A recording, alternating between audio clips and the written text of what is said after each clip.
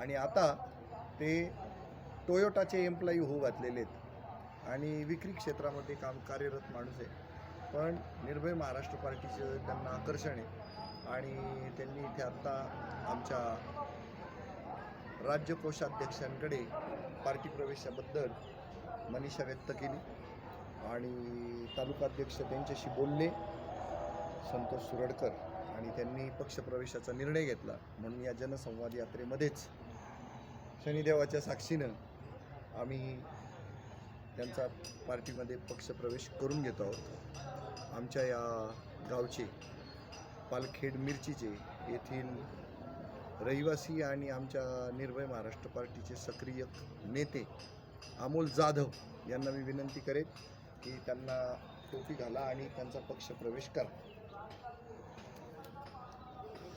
भारत माता की जय. वंदे मातरम. वंदे मातरम. मातरम मातरम. वंदे मातरम. तुमचं हार्दिक स्वागत आहे. तुम्हाला खूप खूप शुभेच्छा. काय सांगाल का बरं या पक्षात यायचंय?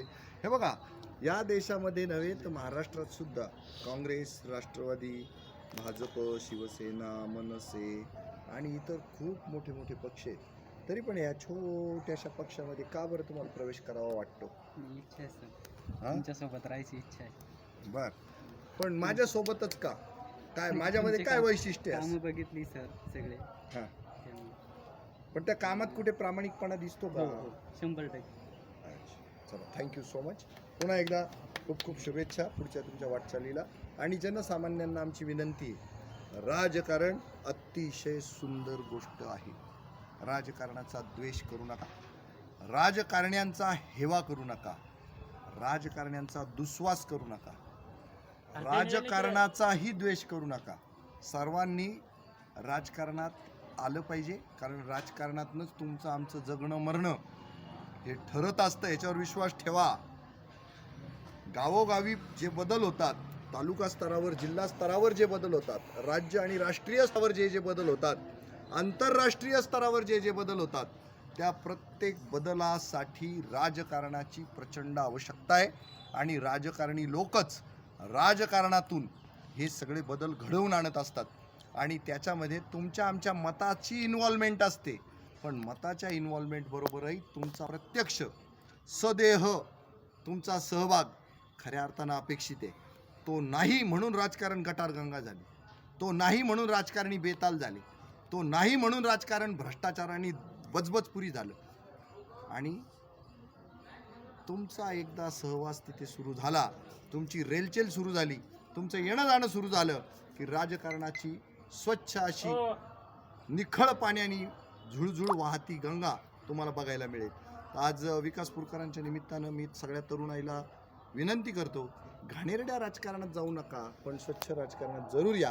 आणि तेही घाणेरडं राजकारण नव्हतं आणि आता सध्या जे झालंय ते तुमच्या अनुपस्थितीमुळे झालेलं आहे. तुमची उपस्थिती द्या, तिथे सुद्धा साफसुथरेपणा येईल, तिथेही स्वच्छता येऊन जाईल. विजयचं काय नाव? मुख्यमंत्री झालाय तो थलापती. विजय थलपती. तो नव्हता राजकारणातला, कधीच त्याला यायचं नव्हतं राजकारणात. पण तामिळनाडूचं राजकारण इतकं घाणेरडं झालेलं होतं की त्याला तिथे प्रवेश करावा लागला. आणि बघा, जनमताच्या रेट्यामुळे तो निवडून आलाय. आणि त्यांनी आत्ता परवा एका 10 वर्षाच्या बालिकेवर अनन्वित अत्याचार झाले, त्या संदर्भातल्या प्रेस कॉन्फरन्सला 3 IPS अधिकारी उपस्थित होते. पैकी एक तर महिला IPS अधिकारी होती, तीच जास्त दात काढत होती, खिदळत होती आणि हसत होती.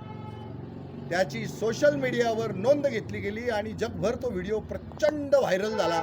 आणि विजय थलापतींनी त्यांना ताबडतोबीनं सगळ्यांना सस्पेंड केलं आहे. IPS असून सुद्धा त्या सगळ्यांना सस्पेंड केलेलं आहे. आणि तो ज्या वेळेला रिपोर्ट करून राष्ट्रपतींकडे पाठवेल, 100% या IPS अधिकाऱ्यांना डच्चू मिळाल्याशिवाय राहणार नाही. प्रचंड इच्छाशक्तीच्या जोरावर राजकारणात हवा तसा निर्णय तुम्हाला घडवूनच आणता येतो, याचं हे फार सुंदर उदाहरण आहे. सगळ्या तरुणाईला विनंती आहे, कॉलेजच्याच प्रवासापासून राजकारणामध्ये प्रविष्ट व्हा आणि राजकारण स्वच्छ करण्याचा विडा उचला. वंदे मातरम.